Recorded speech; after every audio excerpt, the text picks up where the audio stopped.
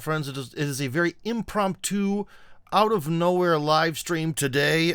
As you know, my life is kind of chaotic. I was really expecting to be on the American football field this evening, which would then demand a lot of time for me to get home. But there was a torrential rainstorm with extremely cold weather, and we haven't gone to our indoor facility yet, so I thought, why not just take a pass on this. I also had to go to the post office today, and I got very, very soaked. So it's already wet and cold once today. Why do it twice? Anyways, our topic for today, our out-of-nowhere explosive live stream, is going to be connected with the war. Because of the war in Ukraine, there's been sort of almost like a meme where people have been writing stuff like, it's been like, there's a meme where on the one side it says June 2023, Rabotina. Then October 2023, Rabotina. And basically the front lines are exactly the same, all the positions look the same. Because the Russians haven't been moving. However, why we're doing a live stream about the front lines is not because I want to do a new format, although people have asked me to.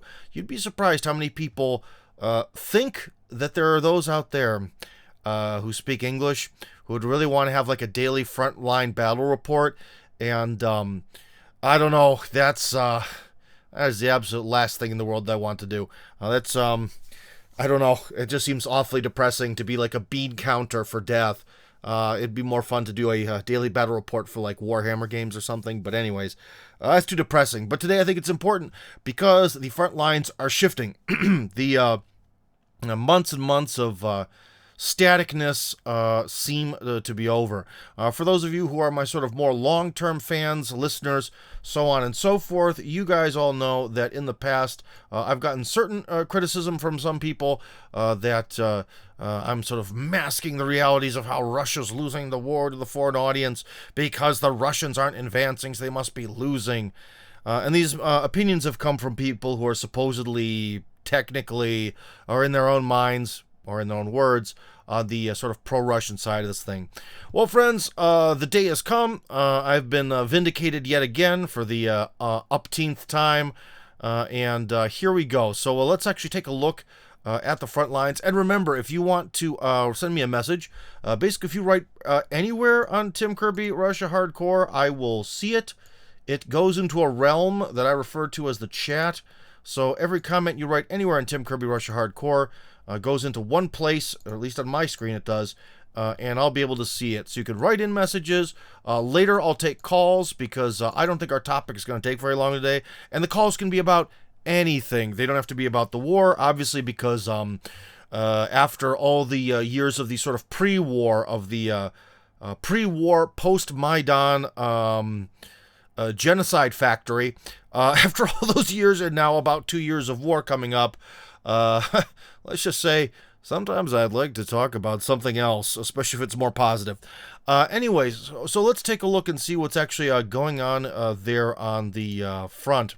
Oh, that's not it. That was the intro. Anyways, if you see then on my other monitor here, we're getting into a map of sort of the activity. The source is Ridovka, and I think Ridovka generally produces kind of okay material, a lot more truth than not, and as you can see, they're very professional with their graphics, which as someone who was a graphic designer, gosh, do I appreciate that. But anyways, you can see on this chart, I think the main thing is they sort of did this inset. I think that's what it's called when a map is in another map. It's an inset. If it's not called an inset, let me know in the comments, because my brain is falling apart, never speaking my native language until I turn on a camera to record myself. So anyways, here we go, and we can see that one big thing that's changed is this area right here, which is Avdiivka, which has been sort of the point where Ukraine has been continuously attacking Donetsk. As you can see by my cursor there, this says Donetsk, and this is Avdiivka. And even though they look very close on the map, which they are, this has definitely been a sort of hard nut to crack for Russia, despite the fact that the majority of the sort of attacks that generally hit and kill civilians or terrorize the local populace in and around Donetsk all come from here. for reasons that are unbeknownst to me. Probably the fact that they were very dug in up there.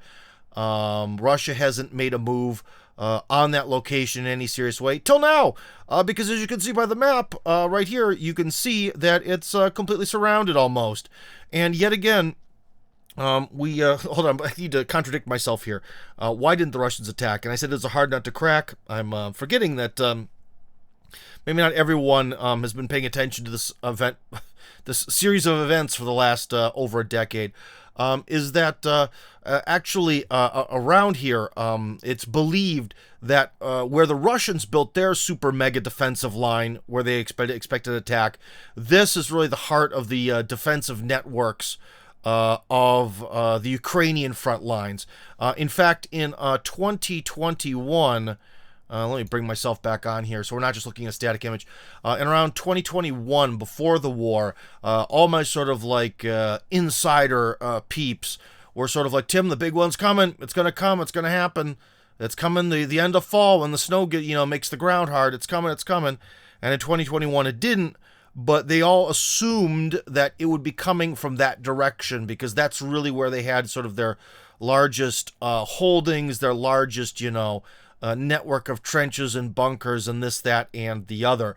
And so in classic medieval fashion, now that the opportunity has presented itself, or medieval, even modern fashion, the Russians are going to create another boiler situation, just like they did when they surrounded Mariupol, just like they did when they surrounded Bakhmut. And I think there's another place that was also a famous boiler, as it's called in Russian, but my memory is failing at the moment, but that's okay. That's okay.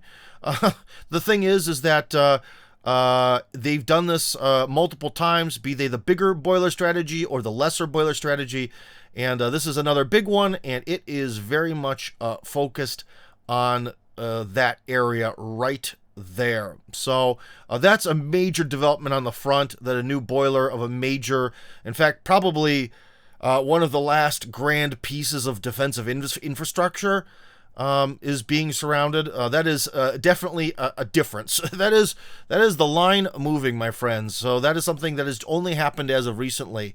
Now the question is this connected with the whole thing that's happening in Israel, or the fact that Congress is not as thrilled to support this whole war as it was before? Maybe. That I don't know. It seems like it would be, but you never know. So yeah. Anyways, moving on. We have our next graphic here. Now, about the Ukrainian sort of counteroffensive has been, for the most part here, called off. I probably should have did that with the previous graphic.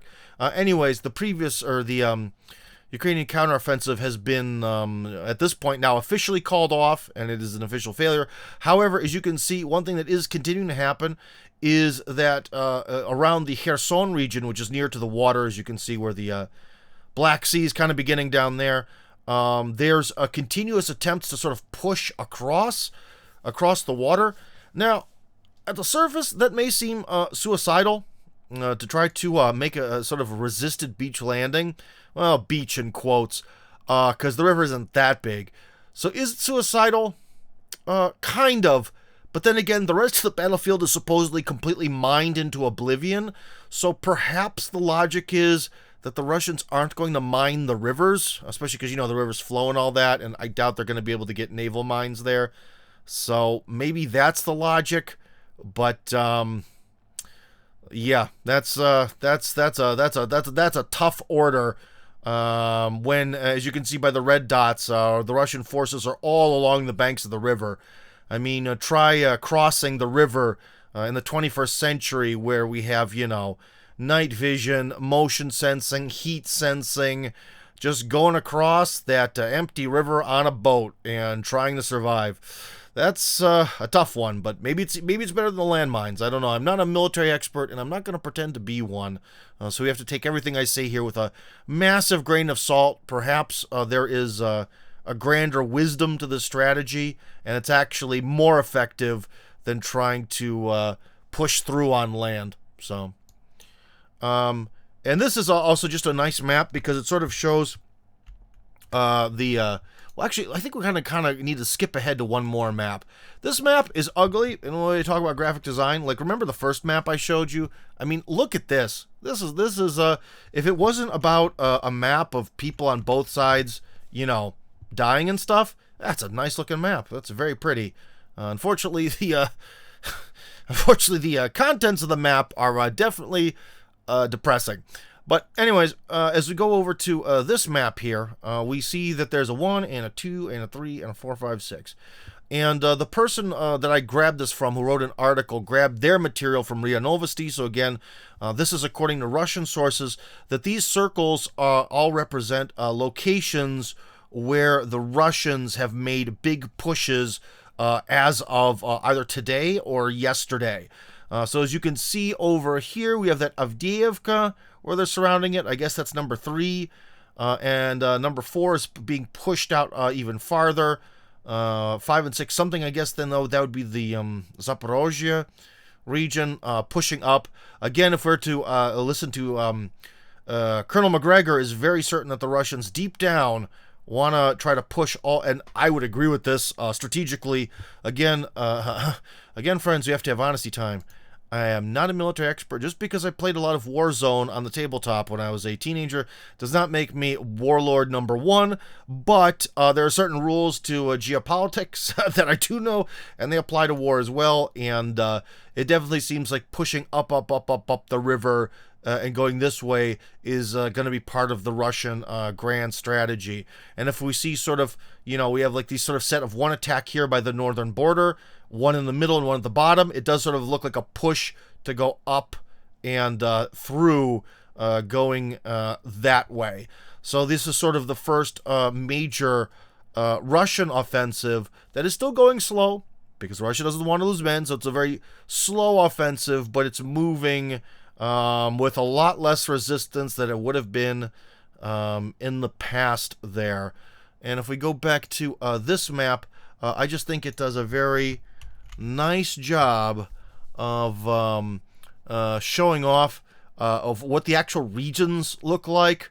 Like as you see, this up here is the very edge of the Lugansk region. It's already been almost completely liberated. Now this part up here, which is in the Kharkov region, not that far from Kharkov, which is also not that far from the Russian border, by the way. I've seen some video of that, of supposedly from the Russian side, again, supposedly fighting along that region, which is also, let's just say, the Russians were there. They were sort of in the open plains and were forced to retreat. And guess what? Now they're coming back, and maybe coming back full force. So that's another major development and change in the war, is this push going this way. It's also been sort of assumed that at some point, as we can see from the line, that at some point there would be some sort of explosion from the actual Russian territory that would push into Sumy, or is it Sumy? Probably Sumy. Push into Kharkov, push into Poltava, and so on. So who knows? Maybe that's going to be coming. But the main thing that I just want to tell you guys tonight overall, which again is best encapsulated by this image right here, is that Russia has finally countered the counteroffensive. And our last guest really asked me not to use the term counteroffensive for what the Ukrainians are doing because it's really them that are leading an offensive, and a counteroffensive is just some sort of weird like marketing to make it look like they're attacking in a defensive way. So yeah. So anyways, terminology aside, Russia, if we're going to think of things in terms of American football, Russia has the ball and is on offense. At this point, they really made the Ukrainians go to fourth and a really, really long, amount of yards. So anyways, Russia now is seizing the initiative and is making pushes on these sides, which then also sort of indicates, remember, Russia does not have infinite resources or infinite manpower, and perhaps one of the reasons why down south they are sort of fighting Kiev's forces at the river is that it looks like maybe Odessa is going to be a project for later on. That it's going to be first sweep coming this way, and then maybe deal with Odessa. So who knows? But I just thought that was very interesting. That is definitely a major change after quite a lot of sitting in place. But now let's talk about something where I'm a bit more of an expert, since I am not mess all over the desk. Coffee. But because I'm not a military expert, I can't tell you one thing about how the media works. That's something I know about from the inside, is that the Russian side is very quiet about this.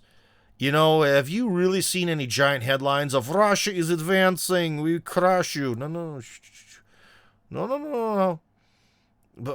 6 major advances in basically a 24-hour period? No, we're not talking about that. So it would seem that I think Russia sort of understands. Was that something in my beard, or is that a white hair? Oh, no, is that something? Oh, that was something in my beard? How embarrassing. But this is the reality of the situation, friends, when you live as a weird man in the woods by yourself and you don't own a mirror. These things happen. So anyways, about the media is that Russia's going quiet, and this could be very much to their advantage, because if they were to go really loud about this, it might force a reaction. It might force some sort of reinvigoration on the Western side. And I think it's kind of like the strategy of, we're going to start taking, but just let them, if they're going to be in this sort of Ukraine is a drowning man that could drag us down, said was it the Polish president? It was the man who ruined my last name, Admiral Kirby, about we're at the end of our rope here with the conflict. We're at the end of the rope, so on and so forth. Someone in Romania, was it the president of Romania, said something very similar also about they're being drugged down by this. But I forget the exact terminology used. It was something very not English speaker would say. But anyways, one by one, the interest is gone. So it's a kind of like, let's not spark. I think the strategy is, let's not spark interest, because the darker and more away from the media this conflict is, the less men we're going to lose to win it, and the less they're going to support Kiev. I think that might be the thing. So it could be this sort of Washington now needs a quiet way out of this, and Russia needs a win. And now it's become a win-win situation. Both sides are going to get what they want, which can happen in the media and politics, and in the grand battle for optics. So that's my take on things. Let's see. Did anyone write any questions, or does no one care? Let's see. Someone forwarded something. That is really, really off topic, so I don't think they were talking about this live stream. Friends, let's actually take a look at the people here in the live stream. Hold on. Where? Oh, no, not that window. Not that window. That's the wrong window. This is the right window. Oh, well, if anyone wants to call in, now would be a good time to raise your hand and call in if you like. That would be fantastic. Our good buddy 92926, who's called in before. Good to hear from you. Maybe you'll be on. Yeah, Tim, how you doing? All right, I'm doing good because you immediately unmuted yourself. You're amazing. Yeah, just the fact that in America they seem to be sort of like, especially that absolute vile person Lindsey Graham and his comments about just basically murdering people. I mean, I wish I watched Garland Nixon. Actually, he did his speech there in the UN, and he did a very good, on topic about what's going on, and that how that this could lead to nuclear war, and that basically weapons are actually not being accounted for, and that airliners and stuff like that, and that it could just be the same thing that happened in the First World War, how it started by the Duke getting shot. Well, this could cause something else. Yeah. And, you bring up a good point, man, because the thing is there's something about those airplanes, and airplanes are a real casus belli kind of thing. And although, javelins are designed to take out vehicles, those have been already proven to have spread. Who knows what else is being spread around the world?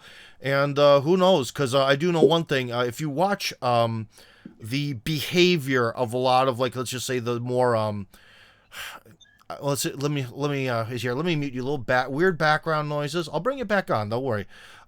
Is I want to put this carefully, because there's Palestinians as a whole, there's Hamas and Hezbollah, and I'm too far away from the conflict. Again, I'm not an expert on that conflict. Boy, can I tell you a lot about the former Soviet Union, about the inner workings of Israel and different Islamic movements around the Arab world. You might want to talk to someone else.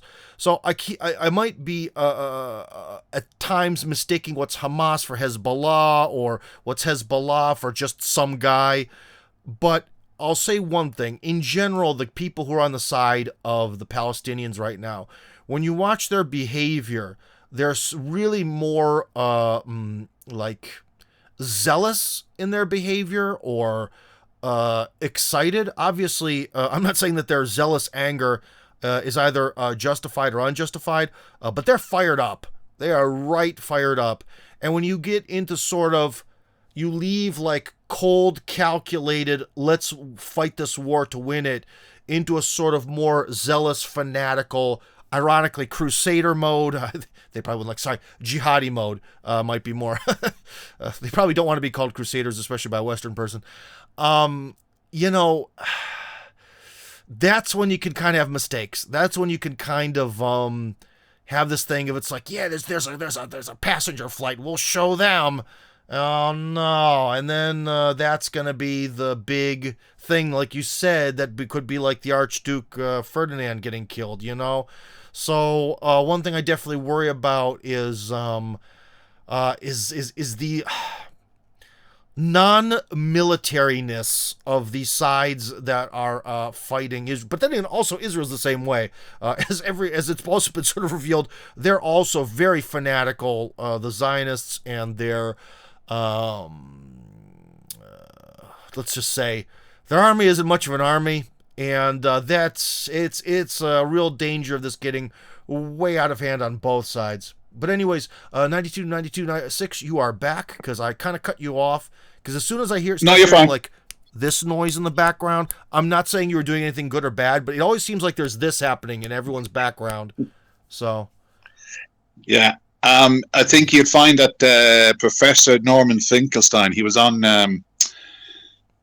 show, Jimmy Dore. Oh yeah. And he did a very good explanation. But like, it's Israel that actually was, and the Arab Brotherhood were behind Hamas being creation about in the 80s to actually to go against the PLO, Arafat, and that, to divide the Palestinians and who they'd vote for, and that. And eventually in 2006 they actually became a government body. Okay, so that's my sort of like picking up on what I've listened to the people like, and I would recommend people to watch that interview, the couple of them that he's done on the Jimmy Dore show, if you can get someone to put it up on your chat, because like he's the son of 2 Holocaust survivors from the Warsaw, from Auschwitz, and that's where his parents were. So I mean, for a person like him, and he's 40 years advocating for Palestinian rights. So for a person like that, and this is not actually a Jewish war. This is a Zionist war against the Muslim Palestinian people. Yeah, that's the thing that people have to sort of walk away from, and it's America using, as actually RFK pointed out, Israel is their aircraft carrier. He made that in a statement. It's the aircraft carrier for American interests in the Middle East. His statement. So I mean, it's about that whole aircraft carrier in the Middle East thing. Like, there's a lot of things the United States could have done. Like, so another thing is, what would have really changed a lot of things is if maybe the United States would have been like, look, 2-state solution, but one of those states is the 51st state. Because how much money have we sent over there, and yet we don't have anything guaranteed out of it? It's one of those things where I sort of get annoyed when people say, but there's an Israeli economic miracle. No, it's the U.S. taxpayer miracle.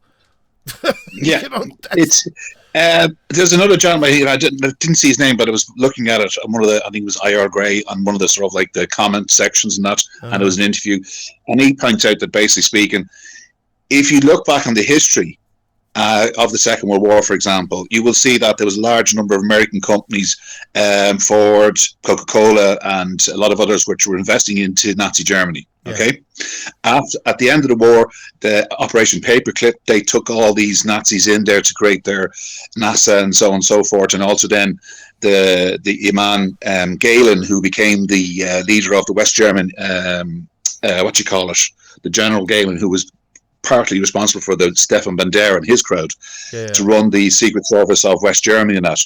So you have the Jewish people who were absolutely devastated, murdered, but the Zionists, on the other hand, are happy to work with Nazis.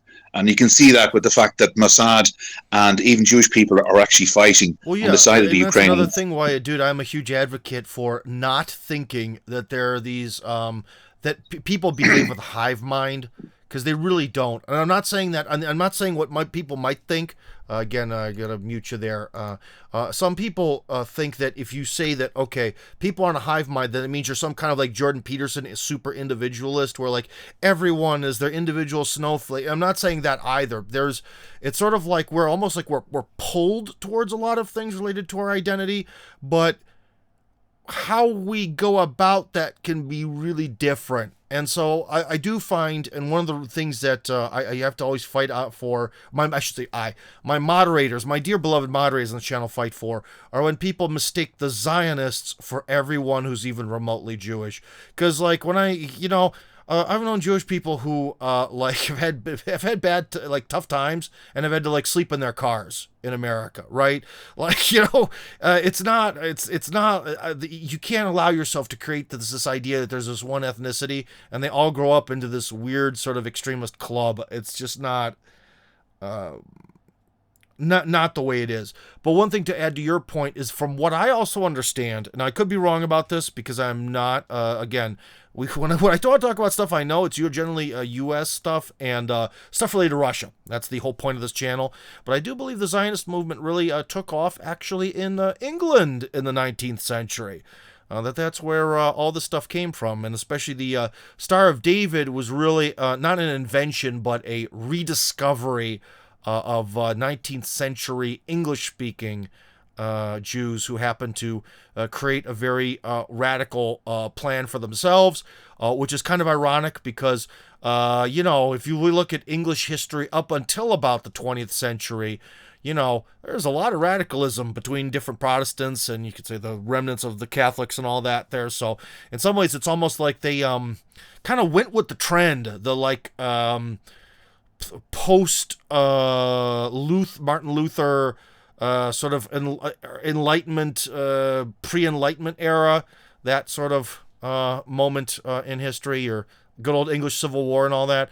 So it seems like they kind of took a page out of that playbook, as that sort of way of thinking was already going out for Christians of various sort in England. So very interesting. But remember, Star of David, not that old, and Zionism also not that old. There's a lot of things way older than it is. So it's a more a phenomenon of the modern era.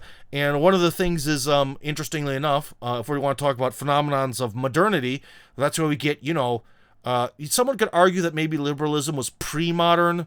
I don't know. But essentially, your liberalism, your communism, and your fascism, and your Zionism are all ideological products of modernity. So, hey, Industrial Revolution. Somehow people start to work in factories and live slightly differently, and all of a sudden we have to create ideologies that kill lots of people.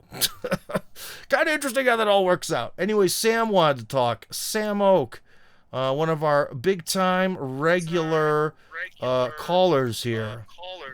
Hello. Hey, Tim. Yeah, I'd agree with you. It's certainly the Zionists, but you can't get away from the Talmud and what the Talmud teaches, which is a very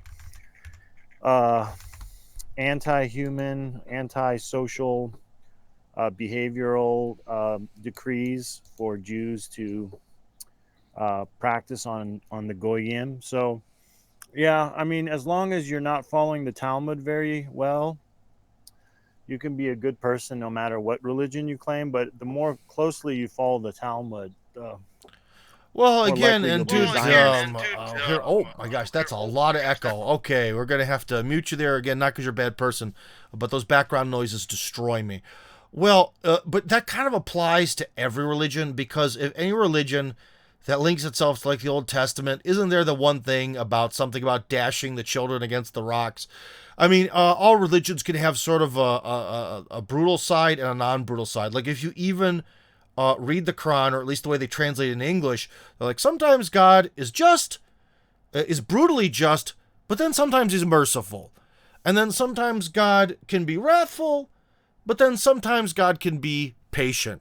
And that we sort of see that within all religions, you can have this duality where, you read one part and it's kind of like, we can't suffer a sinner to go on, but then it's kind of like, well, we're all kind of sinful, so why don't we be a little bit more merciful? And so, yeah, it's kind of, in some ways, with all religions, and especially with the insane ability of people to read something that seems pretty straightforward and put a lot of their own interpretation onto it. You know what I mean? So it kind of just depends on who's interpreting all of this stuff. And if you want to turn any religion into something wicked, you can generally find a way. If you want to interpret it in a way that is less wicked, you can generally find a way too. And I think that sort of applies to a lot of things. But again, it's in a lot of ways, it isn't quite so much a lot of the times the mechanics of the religion that are at fault, but people's own sort of weird inner desires, I'll put it that way. Because despite those, let's take an example. Again, this is Tim Kirby Russia. Let's talk about Russia. By the start of World War I, so we're talking the turn of the 20th century, it was something like 20% of the population in a lot of places, somewhere like if you kind of take this Eastern Europe, somewhere between like Warsaw down to Odessa and maybe up to Moscow or something, and make like a triangle out of that. Like something like 20 or 25% of the population was Jewish, according to certain figures, which is pretty wild. But what it also means is there was intermarriage. There was actually a lot of intermarriage, apparently. So, again, we get into this whole thing of like, oh, we're the Zionists and they're the Goy, and then, but we'll get intermarried. So, I've also heard from Russians who are really in the know about that essentially, oh boy, this is very conspiratorial, but sometimes people, they just want to put on a different ethnic hat to make money. Yeah, that's another side of the potential side of that, if you can take where the hint comes from. So that's another sort of issue of like, we can't allow ourselves to think that there's this only one religion where they, again, like this sort of hive mind, all sit around and they're like, yeah, everyone else is inferior to us. But of course, that's kind of part of religion, where you're the chosen people of God and everyone else isn't. There is sort of a natural then thing to think, well, okay, well, if I'm the chosen person and these people aren't chosen, then what are they, like animals or what? Or what's their point? And of course you could look at this different ways. I've watched a lot of documentaries about, especially about the Hasidic Jews, because I find them fascinating. And one thing they even said is that even if you aren't part of ethnicity, you should probably keep keep the law anyways yourselves, because it's awesome and you'll live a better life. So that's one thing you'll hear them. They say that over and over again. I don't know if that's some weird like default answer that someone learns when they're growing up to that question, but I still found it very interesting. But you also have to remember that the religion that most of us believe in here, well, it's hard to find a really fanatical Orthodox phase, like truly fanatical. But on the Catholic side, and then later the Protestants, there's definitely some fanaticism where, if you guys want to say that, oh, it's awful that they believe that they're the chosen people of God and everyone else is awful, well, you get into some of the more radical forms of Protestantism where it's like, my church and our 500 followers are going to heaven, and everyone else on the planet is automatically condemned to hell. You know what I mean? Like, there is that. It's just that they're very wussy about it. They don't really get that aggressive about it. Whereas, like, let's just say ISIS or a group like that is very aggressive with their conversion strategies. Okay, so yeah, that's there's a lot we could think about it that way. Anyway, Sam wants to come back on. Hello, Sam, you're back. While you're talking, I'm going to be checking the messages, so don't feel like I'm violating or ignoring you. I hear you.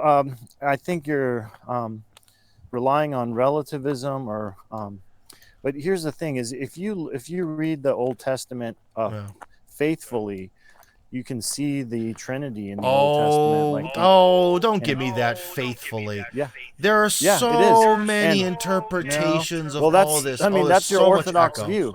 Huh? I mean, that's the Orthodox view, is the Trinity is in the Old Testament. You could listen to Sam Shamoun's.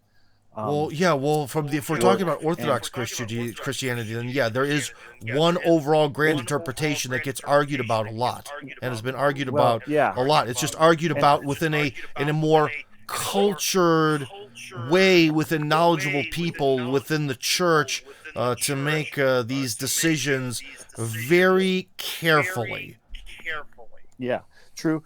And so if you reject the proper interpretation of the Old Testament, you're going to go off course and create an antisocial religion, which is what Judaism is at the heart of it. You know, the heart of Judaism being the Talmud. Now, the Karaite Jews do follow just the Old Testament. They don't follow the Talmud. It's a minority. And so, but anyway, I mean, as a Christian, that's just one of those things where, dude, if you want to get into the whole thing of like, boom, that second temple goes down, and then here comes this concept of rabbinical Judaism, and you think that that's a weird, fake religion, that's up to you, man. I don't know. I'm not here to either argue it or not argue it. I'm just going to say that, again, if we're go with any sort of group of people and go that they really all think one way and they're very lockstep about a certain thing, I don't know. I can tell you one thing. That echo is destroying me. I can tell you one thing though, that all of the celebrities in Russia who left, who let's just say are more religiously compatible, or at least ethnically compatible with life in Israel, they are all horribly against Putin and the war in Ukraine from the Russian standpoint, and 100% ready to go and advocating for blood on the Israeli front. So, yeah, a lot of times these ethnic or historical things can really pull us towards something. But again, one thing that I don't like is I call it the more the pedantic view, where we look at a religion like a weird contract, and we look at it like lawyers, and we're like, well, Article 7 says that we have to be murderous, so that means this particular religion is murderous because Article 7 says so. And that's just not the way it is, man. Words tend to very often just sort of be left on paper, and what people are going to do, they're kind of going to do. And I don't think that necessarily, again, having this tiny, narrow focus really leads to the truth as much as having a broader focus of how this whole thing, when you look at it as a whole, sort of affects people. But anyways, you wanted to come back? Probably. I'm sorry, your echo is brutal, so I'll shut up so you can talk. Sam. Yeah, I mean, I'm a little bit confused, but I kind of get it. Like, you're kind of just relying on relativism to explain the differences, but the Christian apologists and even Orthodox apologists will say the reason that Muslims believe what they do and Jews do is because they're wrongly interpreting the scripture, and they're actually following heresies. That said, you can live peaceably among other men, and you should as a Christian. That is the Christian witness. Christianity is generally a non-resistant religion. We're supposed to love our enemies. So the issue is this kind of social contract is not reciprocated by Muslims and Jews at large. They perform different kind of predatory behaviors when they gain. Have you lived in a Muslim country? Yes. So you were predated on? Were they predatory towards you? Well, they are generally predatory if they get a chance. there's a lot of lying in Muslim countries. They have a principle that's taught in their Quran called taqiyya, which generally says you can lie to a Jew or a Christian if it gets you ahead. And yeah, I mean, their So you're saying that societies are there's not Muslim thriving. con artists, and they only run cons on outsiders, but not insiders, even in countries where Correct. the overwhelming majority of people are Muslim. Correct, and that's why they're always trying to get out of their Oh, countries. dude, as you're soon as living they you're have- living in some kind of fantasy land. No, Because I'm con not. artists just want to would they just want to make money. But it's not That's what it's sanctioned by about. the religion. They're- That's the they're- difference. they're- Our they're- Christian maybe- religion okay. is a pure religion. Okay, so if we want to compare this to like some sort of like Max Weber, the Protestant work ethic, that there are certain functions within Protestantism that makes Protestants work harder and some sort of global scale. So you could say that, yeah, the whole thing about Islam, that you're essentially allowed to lie to save your butt, whereas in Eastern Orthodox Christianity you're not. Okay, that has a global effect on society that you don't like.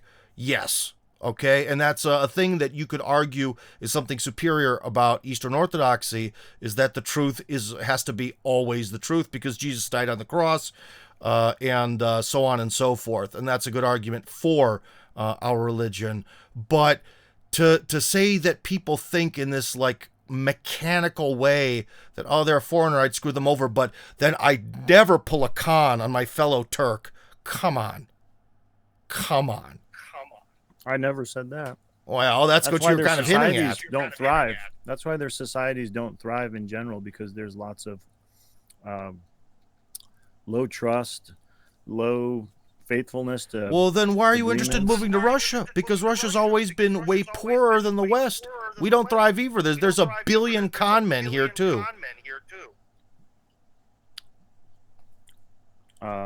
Is that a rhetorical question? I don't know. How am supposed Uh, to? it's not a rhetorical question. It's a serious question, because if we want to get into this thing of like, okay, there's about like, okay, so their religion makes them poor.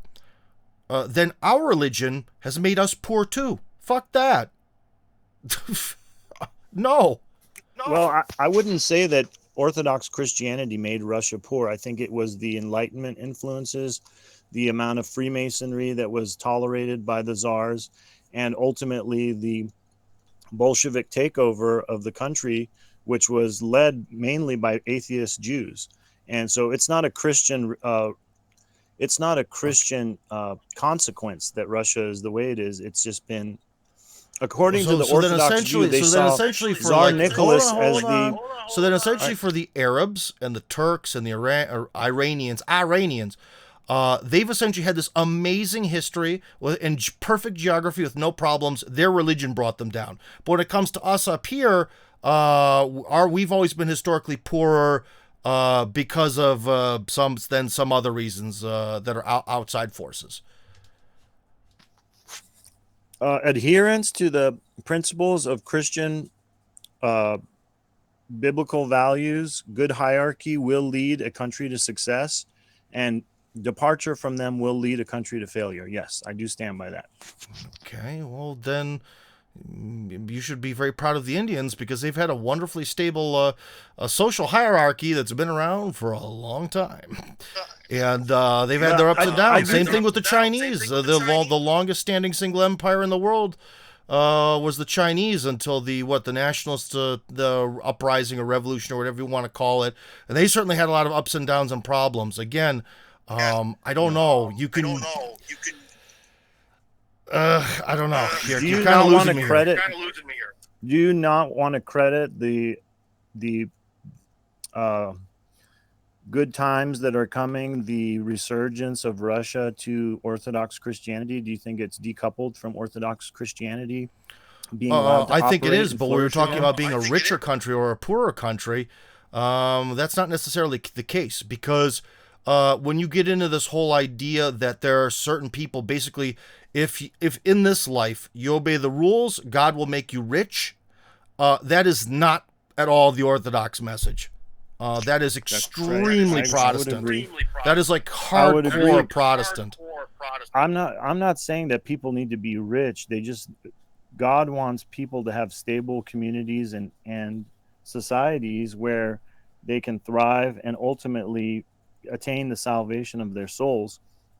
And if you're in a Jewish society, like America is basically run by Zionists, you got blasphemy laws against things that the Jews are doing in America, like the pornography industry, the bad media lies, all that stuff. And you have open discourse and filth everywhere you go. People are like sex changing their children before they're even.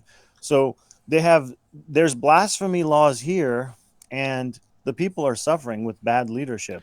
Well, yeah. Well, you could either live in a traditional society or blasphemy a Christian society, as we don't understand Orthodoxy. But I wouldn't say it brings wealth, but it definitely brings stability and far less misery. I agree. But if we're talking about wealth, I think that's a whole different discussion. And furthermore, hold on. When we get into a lot of people who are Muslims, it's like, dude, these guys who they. That live a more traditional lifestyle, they sort of have the traditional lifestyle that was very much abandoned by a lot of Christians. So, like, if you sort of compare them, there's a lot, like, the lifestyle works out to be kind of very similar. So I think the Muslims are kind of a bad argument. If you get into some sort of weird, like, animism shit, I think that the difference can be greater, and you can see why animism, wow, did that fail as soon as it was put to the test?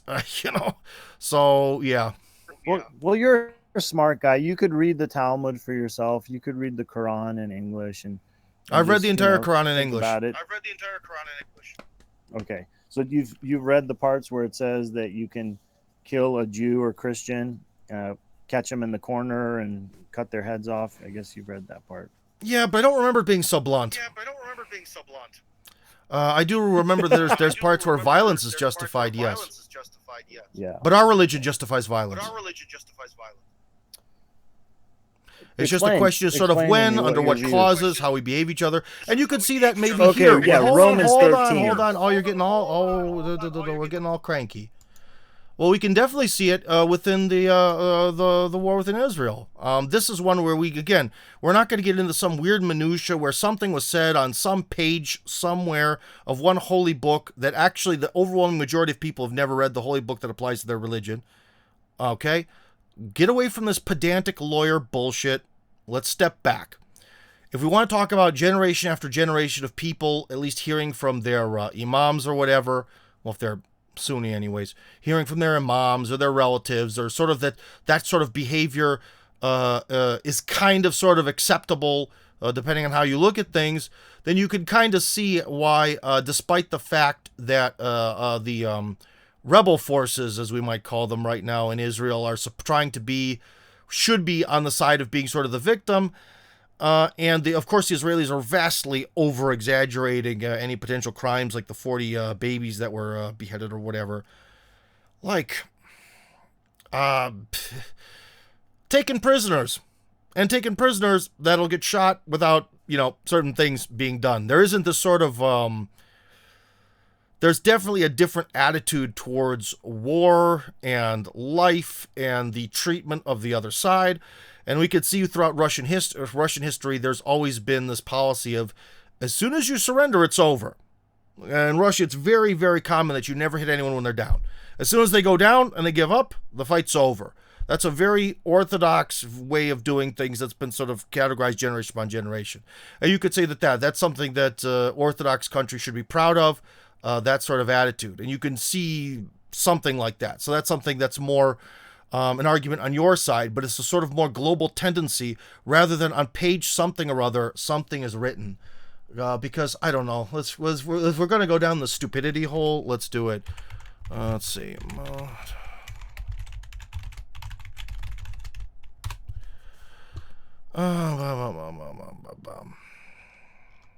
Got any quotes here? Hold on, we're taking a quick slide down. Of course, nothing is written in an easy way. Fantastic. Let's go look at our great fascist enemies here. So the Israel tribes were liberated from Egypt, and they're still. So why not just have the quote? Why not? Why not? Full list of cruelty. Let's see. So this is why if I could have been because God liked Abel's animal sacrifice more than Cain's vegetables. Cain kills his brother, and Abel. That's not a very strong one. But because it's portrayed as negative. We're destroying both man and beast. So God, what is that?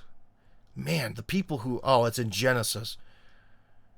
So God throughout, especially the Old Testament, I will destroy both man and beast. Every living substance that I have made will I destroy. All flesh died that moved upon the earth. So God is incapable of inflicting violence. But let's get to the human side of things. This is all stuff against God. It's not usually a problem when God is wrathful.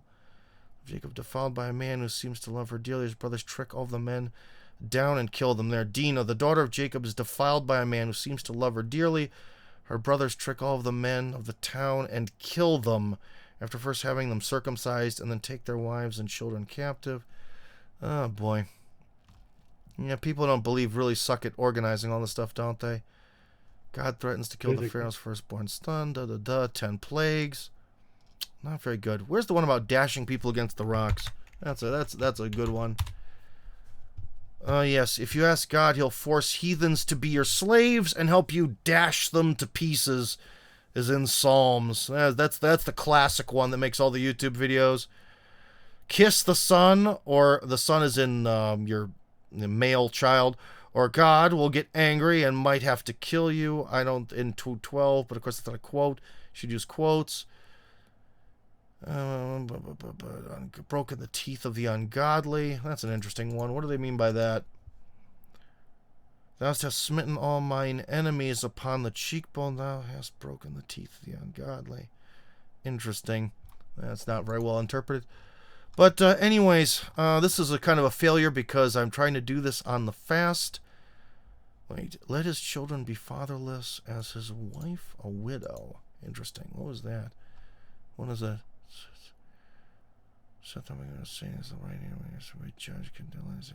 Oh, that's manipulative. That's not anything. Oh, whoso despiseth the word shall be destroyed. There you go. That's a good one. Anyways, this is not going well as proving a counterpoint, but our religion has aspects of violence too, and it has to, because if it didn't, it wouldn't have survived. So here we have Sam wants to come back, and I think we're going to be going into a spiral of ridiculousness. You got one more last thing to say? No, we don't have to. We don't have to. The New Testament overrides the Old Testament, and Jesus's teachings about peace override the Old Testament. So you really can't. But it's still there. The Old Testament to justify. But it's still there on page whatever. It's true because the good and the bad and the ugly are there. But a lot of the Romans hadiths, and the other rulings have more happy-go-lucky interpretations of things in the Quran, and those are also part of the deal. All the different rulings and judgments. Okay, I'll grant that I haven't read all the hadiths. Sorry, man. But hey, I'm not saying that you can't live peaceably with Muslims, but Jesus is the truth, the way, and the life. No man cometh to the Father but through him. You can't reach him through Muhammad. You can't reach him through being a Jew. Sorry. Well, I would agree with you on that, but that is a really shitty argument to tell them. You see what I mean? Well, if we have better lives, better, more stable, and charitable lives, if we can show them charity and righteousness, it should attract them to become like us. Okay, well, I can tell you one thing. I've been told by Eastern Orthodox priests more than once here that the ultimate means of converting people is to be better, be good. So essentially, get good, and people will believe in your faith, and that policy I believe in 100%. And I think that is exactly the policy that we need to have, but it's not so much about wealth. It's more about living in a just society, I would say. But to be honest, having some violence in society I think is necessary. Anyways, 9292-6 wants to come back and join in on this holy war of religious conversation that we found ourselves in. Well, I brought up a Catholic, and basically, I think the Ten Commandments is something that everybody could just sort of look at and live by, because, like, the principles of the whole Ten Commandments is, whether it be a Jewish or a Catholic or a Protestant, and that No. to live by. But I think what is an eye for an eye, tooth for tooth is one of the things you were looking for as well. That's a classic. I forget, but I think that actually predates the Bible. Isn't that like the Hammurabi's Code? Isn't that ancient Babylonian? Not going to argue, because, again, I'm not someone who would turn around and pick up the Bible and read it. I haven't. Yeah, so I'm not going to. I've gone to mass as a child. It's easy to get mixed up about all that, but I think that yeah. predates. But but about the Ten Commandments, yeah. No. That's the thing I was going to simply say. Like, but I mean, as from Ireland, and actually getting back to what you said to me earlier on, was the fact that American culture and stuff like that.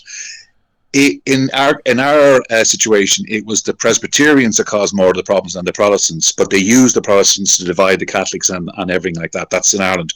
And if you go to your West Point, you'll see that during the war against Mexico, it was the Presbyterian officers that actually forbade Catholics, especially the Irish, to have their mass on a Sunday, and they were fighting Mexico, and they ended up deserting to go over there, because they said, why would we fighting the Catholics, Mexicans, when we could actually be there?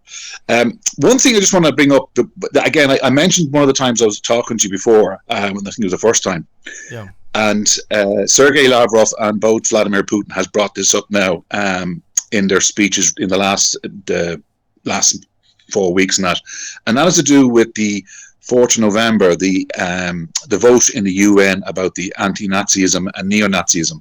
Now, next month is going to be the anniversary of that, which, again, because it's a yearly thing, they'll put it forward again. There was 52 countries, including my own, Ireland, who actually voted. In other words, technically, Ireland voted for Nazism. Okay. Yeah.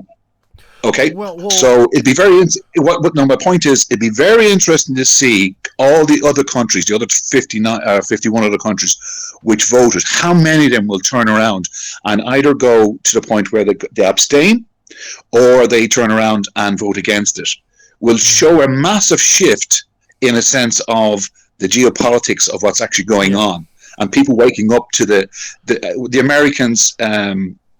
Using their power to basically force countries to do this stuff, and which is basically the IMF and the World Bank, was where all this is actually stemming from. The whole war is the control of the banking system, and people can't see that. They just refuse.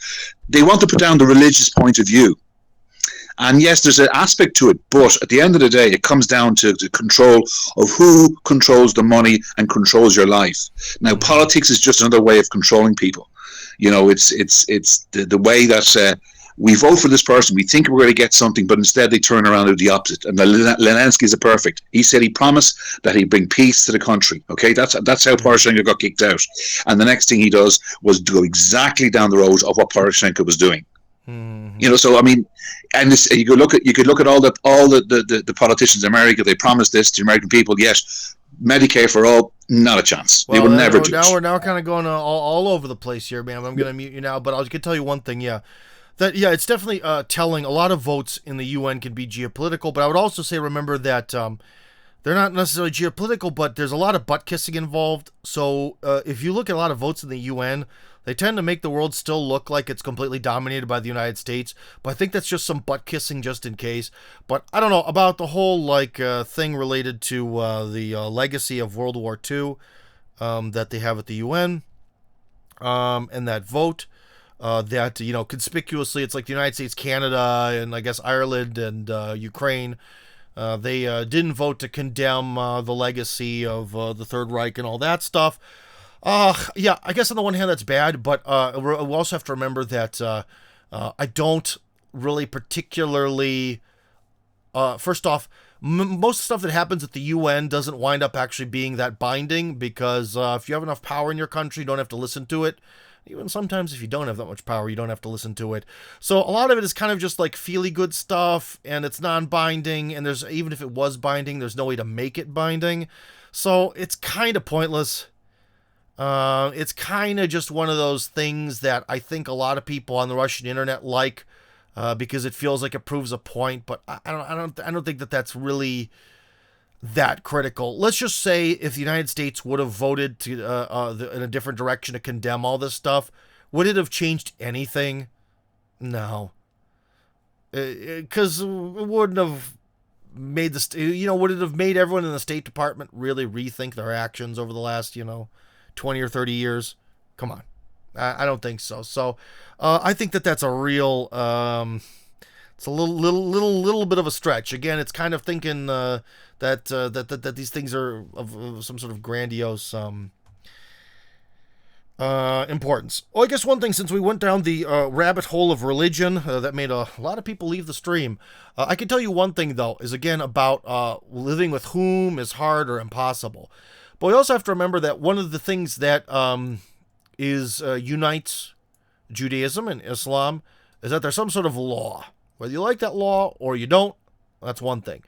What thing is Christianity has the church, which kind of acts like that law. Because one of the things that makes it also different is that there's a lot more interpretation, because it's not like Jesus came down. Jesus was born.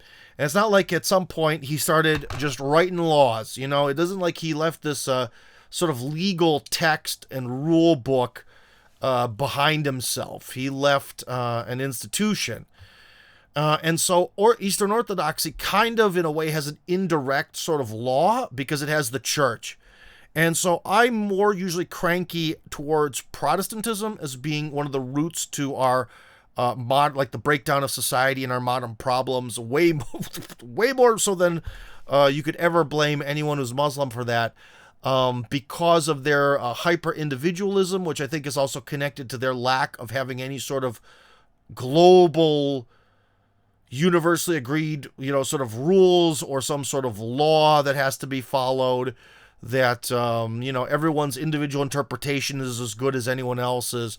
I think that's been the real thing that's led to sort of the destruction of society. And if the Protestant Revolution would have never happened, or I should say if the church would have never split, then we probably wouldn't be living at all like we are now. So yeah, I think that's one of the things that the church provides, is it provides the sort of best of both worlds, where it does provide sort of the effect of having the law, God's law, being a part of things, but it's a law that is a little bit more of interpretation, that is something that is contained within the church, and that they deal with it. Because I just listened to a documentary yesterday before I went to sleep about Osama bin Laden. And the guy who wrote it, he's sort of a historian of Afghanistan, not Afghani. And he sort of put it that one of the things that made bin Laden the way he was is that he, in his writings, despite the fact, though, the way he looks, he's like, on the religious side, he was garbage. Like, he was a pure, like, real politician at heart. And his interpretations of, like, he just sort of wrote whatever he felt. Like, he just all the, these different rulings and teachings and what are the hadiths and sunnah this, sunnah that. He didn't read any of that. He just sort of made up whatever he wanted to as he went along, and that's, again, the real danger with any religion, is so in some ways he kind of had that sort of Protestant attitude towards things of, I'm smart enough, I'm the Mr. Educated smart guy, I can interpret the Quran however I want because I'm Osama bin Laden and I come from a rich background. Meh. And you can kind of see that that's sort of the mentality that I think is like where the real danger is you believe in a religion and yet you don't see the religion as something that sort of puts you into a set of rules that you have to obey. And as soon as we put ourselves into a religion where we're the person who's the arbiter of the rules and we make ourselves into some sort of tiny living god, the Pope, it creates, well, and also L. Ron Hubbard, it creates a whole heck of a lot of problems. So anyways, I really kind of want to talk about the changes in the direction of the war tonight. I'm going to read the messages, and if we don't have a new caller that I haven't talked to before, I'm going to vanish into the ether. So anyways, let's see. Seriously interesting information. Thank you for saying so. This is maybe a little bit more today, seriously interesting opinion. Though the beginning was informative. Now this is getting into a little bit of opinion here. But anyways, again, we can't all be an expert on everything, but I can tell you that, again, the whole thing of just like line 56, it says this, oh, that's not how human beings behave. It really isn't. The worst war crimes are committed before any fronts are formed. That's interesting, but I don't quite know what to say about that. Thank you, Sober Riot. I confess being slightly dumb. If someone could explain this to me... Oh, that's something else. Okay, entirely. Anyways, we have 1 or 2 more messages being typed. And like I said, I'm going to vanish. And I'm going to actually take the time. Although I wanted to wake up early. I should take the time to make the icons and upload these. Because I didn't upload the previous translation or transmission. In Russian, it's transляция. Transmission, because I was a bad boy and wanted to be lazy. So, anyways, check out the Geopolitics on YouTube. Brother Steven has got your answers. I don't know, man. That's another thing where, again, there is really no point. So here, this is from Sam was talking earlier. So we'll end on this note as my final note. There's kind of no point in arguing a lot of like theology with me because I'm not a priest. I didn't go through seminary. So what I'm talking about is sort of more like the social historical mechanics of religion, not about the apologetics and the truth of it and why you should believe in it and all that. That's really different. And I would also really recommend you then to maybe try to listen to maybe what Russian priests say, if you can get some sort of translation, because you might be very interested in how being born here affects a lot of their opinions. I'll put it that way. So, again, it's kind of one of these things where it's like, you know, let's have an argument over chemistry. Well, I'm not a professional chemist. You know, I know a thing or two. And if something really stands out as being false, then I can react to it. But, you know, I think there's some confusion about tribal societies versus trust civilizations. Trust civilization Muslims, like the Persians, do well. Tribal Muslims, like most Arabs, have some sort of problems. Well, that's a good point, Christopher. And there's also, when we go over to, okay, if we, again, we're going to go into an Arab history lesson from, again, someone who doesn't claim to be a genius about it. When the Crusaders went over to go fight. Now, don't worry about this. Wars happen. Whatever happens, happens. It's a shame the Crusaders attacked their cousin Orthodox Christians in the Byzantine Empire, but they did. But as they went to fight, you know the equipment, and look it up on the internet, don't believe me. Look at the equipment of what a Crusader knight looks like, their gear, and the gear of the Arab and, the Arab Muslims that they were fighting at the time. Their gear is virtually the same. They were at the same tech level, the same developmental level. And there's also something where maybe you find it an internet trope, but there were definitely some times where certain locations within the Islamic world really advanced pretty far along and were kind of keeping pace until the New World was discovered and until, especially the Industrial Revolution happened in England, and then they fell way far behind.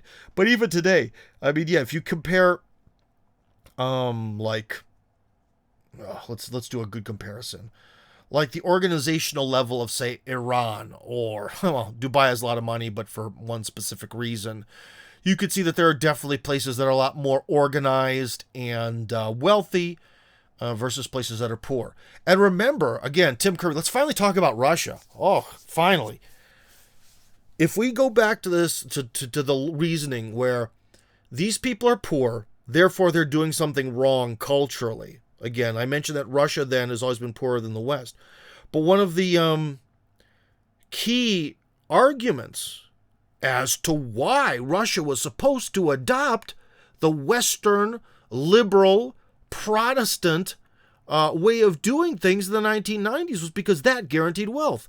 Because in 1990, it made it seem that as long as you follow the Western-style democracy, which is generally considered antithetical to our Eastern Orthodox faith, then that's what brings you wealth. And where'd that get Russia?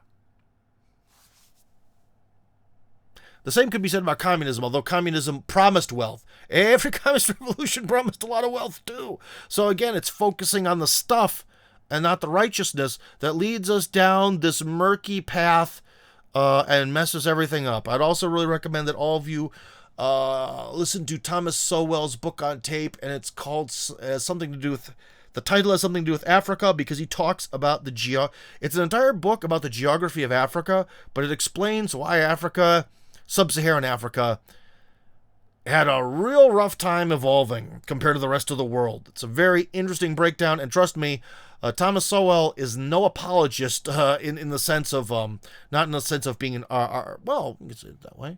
You could say it in that sense. He's no apologist for, poor Africans. They need to be helped by the great white guy. No. He's the opposite. He has the exact opposite opinion, but you should really take a listen to that because it's very enlightening about how much land can have an influence on the way that you are. So, Arabs did well in the strong leaders when they suppressed tribalism. Russian communism destroyed trust in the Russian trust-based civilization. Yeah, the destructive Christopher. Unfortunately, I did this. The longer you live here, when I was at that iSpring company. Hopefully some of you got jobs there. That iSpring company, talking to their director, it was like a fresh breath of air, because he really talked about how that mentality of communism, it is like a plague. It is an unending plague of gimme, gimme, gimme. I'm going to be passive, and through passivity, I achieve success, right? That is also a horrible mentality that has really infested Russia, that the things in life should be attained through some sort of passivity or submission. Ooh, no. That's a terrible mentality. Very, very destructive. So, anyways, guys, we've kind of gotten way too philosophical here. I don't know. I guess who I should have on is we should have on Father Joseph to actually talk about this. As a priest who could talk about this stuff in English, and he can explain to you maybe in better terms about faith-based issues than I can. So anyways, guys, it was great seeing you. All the best. The recording's going to stop right about now. Oh, yeah, I'm gone. Gone, baby.